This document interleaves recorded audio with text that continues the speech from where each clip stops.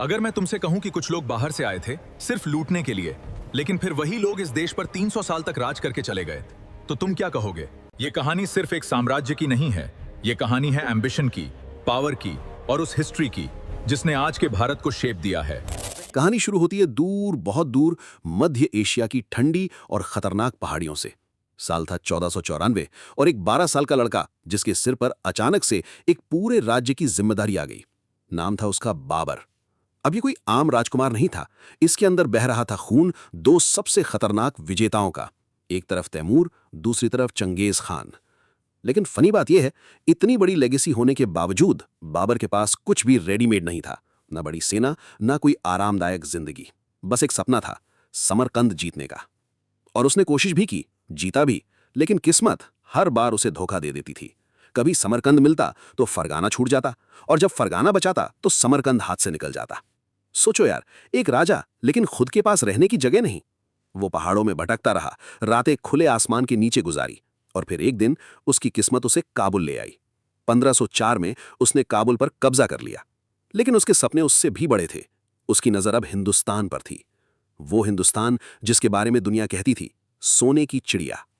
लेकिन वहां जाना आसान नहीं था।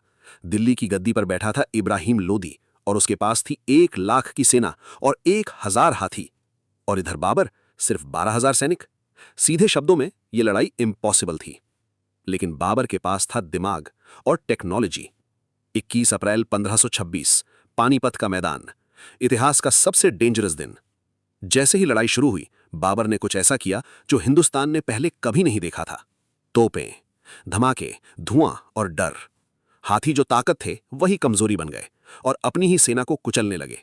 कुछ ही घंटों में 1 लाख की सेना खत्म, और इब्राहिम लोदी मैदान में मारा गया। यहीं से शुरू हुआ मुगल साम्राज्य।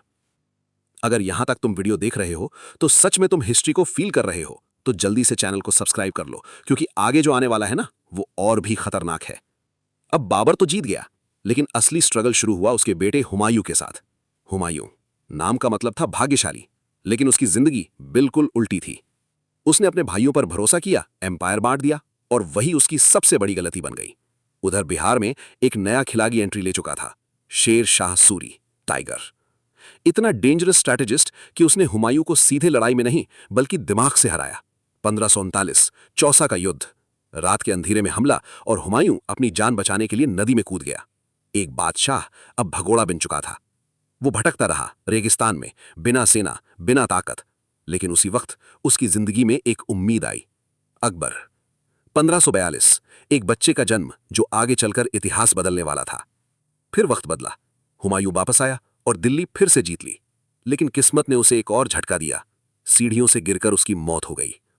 अब सिर्फ 13 साल का बच्चा अकबर गद्दी पर बैठा, और यहीं से कहानी ने एक नया मोड़ लिया। अकबर सिर्फ एक राजा नहीं था, वो विजनरी था। उसने समझ लिया था कि हिंदुस्तान को तलवार से नहीं, दिल से जीता जा सकता है। उसने जजिया खत्म किया, राजपूतों से रिश्ते बनाए, और सुलह एक कुल की नीति अपनाई, मतलब सबके साथ बराबरी। उसके दरबार में बीरबल, तानसेन जैसे लेजेंड्स थे, और उसने बनाया फतेहपुर सीकरी। फिर आया जहांगीर, फिर शाहजहां, और शाहजहां ने बनाया ताजमहल। एक ऐसा प्यार जो पत्थरों में भी धड़कता है। लेकिन हर एम्पायर का डाउनफॉल होता है, और यहां एंट्री होती है औरंगजेब की। उसने ताकत से राज किया, लेकिन लोगों के दिल हार गया। हर जगह विद्रोह, मराठा, सिख, राजपूत, पूरा साम्राज्य अंदर से टूटने लगा। 1707, औरंगजेब की मौत, और उसी के साथ मुगलों का पतन शुरू। फिर आए कमजोर शासक, और फिर विदेशी लुटेरे। 1739, नादिर शाह। दिल्ली में कत्लेआम, कोहिनूर, मयूर सिंहासन सब लूट लिया। और फिर अंग्रेज आए। मुगल सिर्फ नाम के रह गए। 1857, आखिरी कोशिश, बहादुर शाह जफर, एक बूढ़ा शायर जिसने आखिरी बार ताज संभाला, लेकिन हार हो गई। उसे कैद कर लिया गया और रंगून भेज दिया गया, जहां एक गुमनाम कब्र में उसकी मौत हो गई। सोचो, जो कभी पूरे हिंदुस्तान का बादशाह था, उसे अपनी मिट्टी में दफन होने की जगह भी नहीं मिली। दोस्तों, मुगल चले गए, लेकिन उनकी छाप आज भी है। ताजमहल, लाल किला, उर्दू, खाना, संस्कृति, सब कुछ उसी दौर की कहानी कहता है। यह सिर्फ हिस्ट्री नहीं है, यह पावर, बिट्रेयल और लेगेसी की कहानी है। और शायद यह हमें यह सिखाती है कि वक्त सबसे बड़ा बादशाह होता है।